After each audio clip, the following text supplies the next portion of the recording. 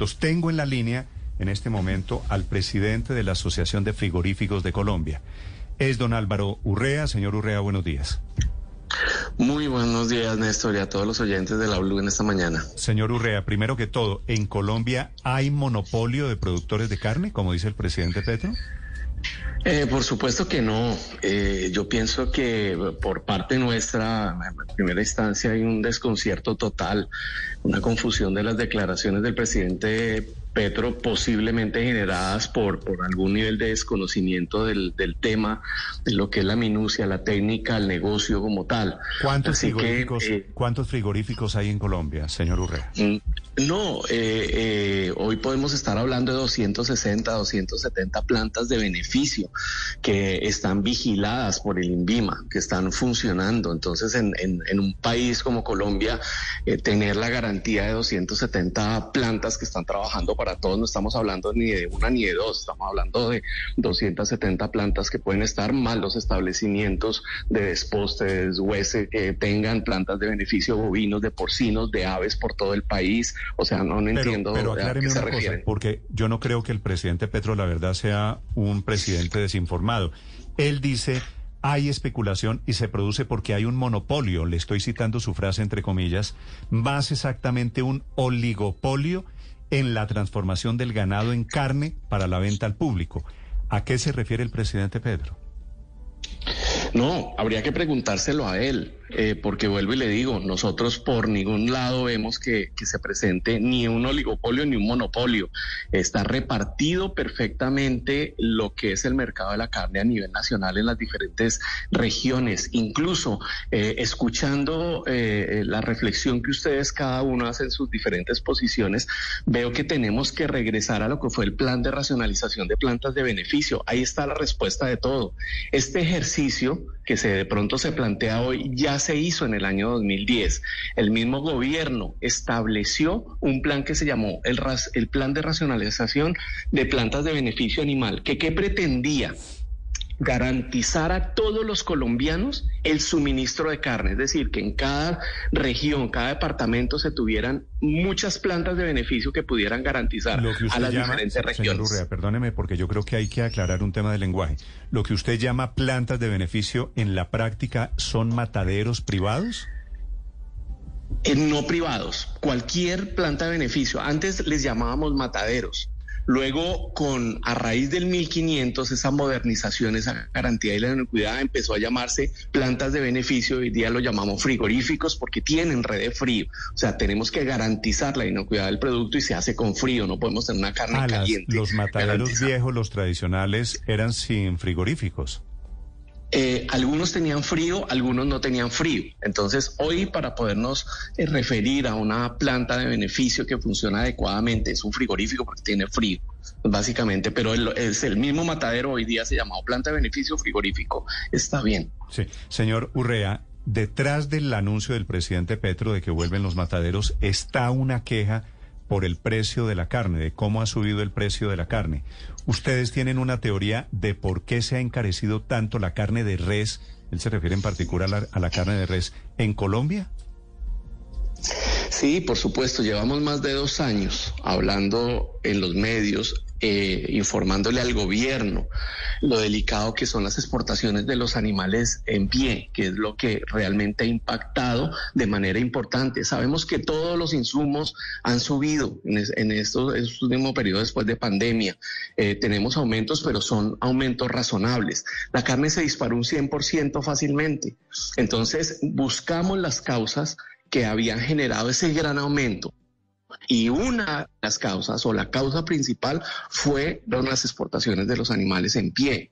Hay otras causas, sí, subieron los insumos, sí, el transporte, sí, una serie de razones, pero realmente de manera principal, de manera objetiva, son las exportaciones de los animales en pie. No tiene nada que ver que haya un matadero público que mate 5 vacas, que haya subido o bajado el precio. Señor Urrea, pero fíjese que el presidente Gustavo Petro dice que el precio interno de la carne se ha elevado no porque cueste más, sino porque se ha equiparado el precio internacional de la carne. Esa figura a la que quiere volver el presidente Petro de los frigoríficos haría, se lo pregunto para tratar de entender cuál es la propuesta del presidente Petro, que baje el precio de la carne en Colombia. Bueno, pues si la propuesta es para que baje el precio de la carne, bienvenida. Pero vuelvo y digo, estamos desconcertados porque no entendemos cómo abriendo los mataderos municipales se va a controlar, se va a regular, se va a acabar ese monopolio que él menciona o se va a bajar el precio de la carne. Porque, a ver, entendamos que primero que todo, el Estado no es un administrador de frigoríficos o de mataderos, ¿sí? No fue hecho para eso. Son malos administradores, ellos están hechos para otra cosa. Entonces demostraron durante años que los mataderos públicos en su gran mayoría, por no decir su totalidad, estaban mal administrados. Hoy en día existen algunas plantas públicas, muy pocas, pero es un ejemplo de que pueden estar funcionando. Pero el plan de racionalización básicamente lo que hizo fue tamizar, filtrar las plantas que eran necesarias para poder abastecer todas las regiones. No es eficiente tener un matadero que vale 2.000 o 3.000 millones de pesos en un pueblito para beneficiar 5 o 10 animales a la semana.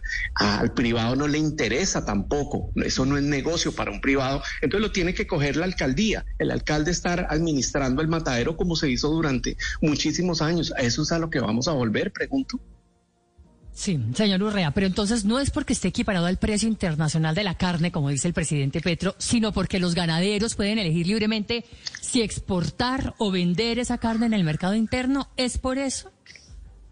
Sí, por supuesto. El tema de equiparar es un tema muy complejo porque es un juego de oferta y demanda. Aquí influyen muchas variables.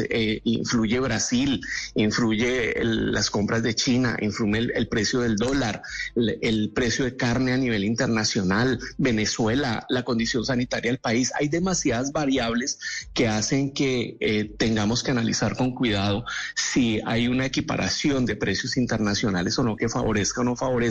Pero lo que sí hay que separar es, una cosa es el mercado internacional, el precio de la carne internacional, con lo que está sucediendo en Colombia y la decisión de abrir plantas o mataderos que ya fueron cerrados porque se demostró que no cumplían. INVIMA los visitó.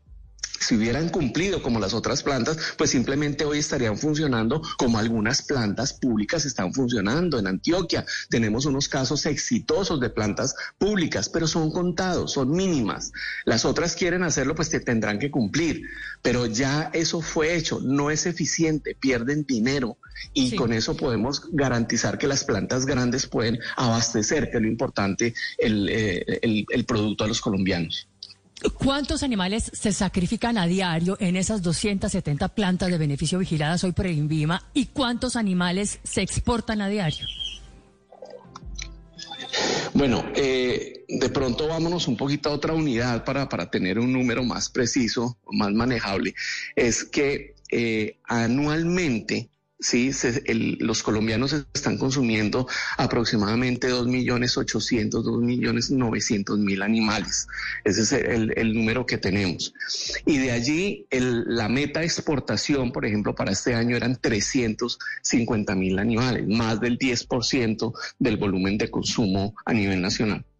Sí, doctor Urrea, en cuanto a medidas de salubridad, ¿cuál era el escenario en el momento en el que existían de manera mucho más amplia los mataderos municipales? ¿Cuál era ese estándar de calidad que tenían para el sacrificio de los animales y por qué terminó migrándose al modelo que tenemos hoy?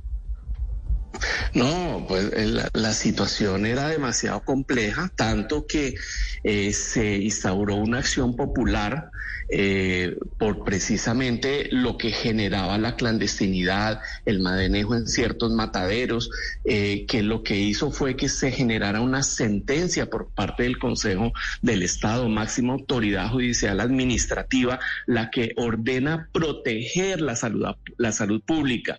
Eso derivaba de la afectación del consumo de carne bovina sin inocuidad y ordenó una serie de acciones correctivas inmediatas. Eso es demasiado importante porque dentro de esa sentencia, a diferencia de las demás en derecho, fue generada para proteger la salud pública como una obligación estatal. Vuelvo y digo, el gobierno no es un buen administrador de frigoríficos, entonces por eso se le quitó esa responsabilidad.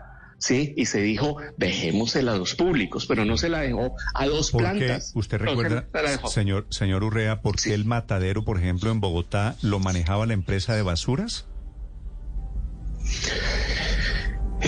Bueno, no, de pronto no tengo tantos años, pero siempre me pareció, el distrital, Felipe, ¿se refiere a usted? No, el matadero, el tradicional de Bogotá, que quedaba por Santa Isabel, creo recordar, al sur de Bogotá, Felipe, se acuerda que ese era el que manejaba la EDIS, y siempre me pareció que era una gran ironía que la gente que manejaba basuras era la misma que manejaba el matadero de Bogotá. Sí, pero doctor Urrea, ¿cómo se imaginaría usted un matadero municipal hoy en día? No, hay dos clases, sí, o sea, es que esto ya está filtrado, o ya existe, ya le trabajamos casi 15 años a ese tema para precisamente separar lo que era el matadero antiguo, que eran lo que ustedes llaman los mataderos pues, a cielo abierto, algo así lo mencionaron, eso se llaman los planchones. Entonces es simplemente un planchón donde se maniaban los animales y de una manera absurda, cruel, se mataban los animales en el piso, nada técnico, nada profesional, y eso era lo que se manejaba y era la carne que se le daba a la gente para consumir, a los niños, a toda la población. Eso se acabó gracias al decreto 1500, eso se acabó gracias a la intervención del INVIMA. Hoy tenemos un estatus bastante alto. Hoy si nosotros visitamos plantas en Argentina, claro, en Uruguay, en Brasil. Yo estoy de acuerdo con usted en que seguramente la carne es mucho mejor, infinitamente mejor de lo que era.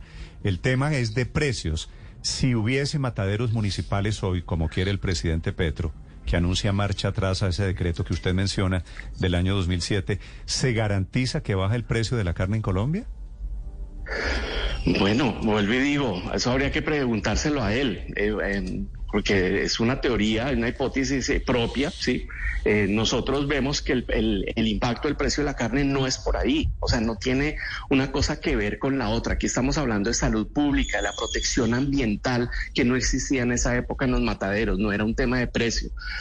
Con mataderos o sin mataderos públicos, el precio de la carne se mantuvo y subió en las proporciones que debía subir anualmente. Después de las exportaciones de los animales en pie fue que se empezó a disparar de una forma descontrolada el precio. Eso lo demostramos, lo hablamos en su momento, pero seguimos sin entender en este momento qué es lo que se está proponiendo, tratando de volver a abrir los mataderos públicos. Entonces van a poner a los alcaldes otra vez a administrar el matadero como lo hicieron durante muchos años para matar 5 o 10 animales a la semana. O sea, no me vayan a hacer la pregunta porque no sabría qué contestar. Yo pienso que al presidente hay que preguntarle cómo se la imagino. Sí, por favor. Sospecho que todos tenemos una respuesta. Gracias, señor Urrea, por acompañarnos esta mañana. Con gusto, Néstor.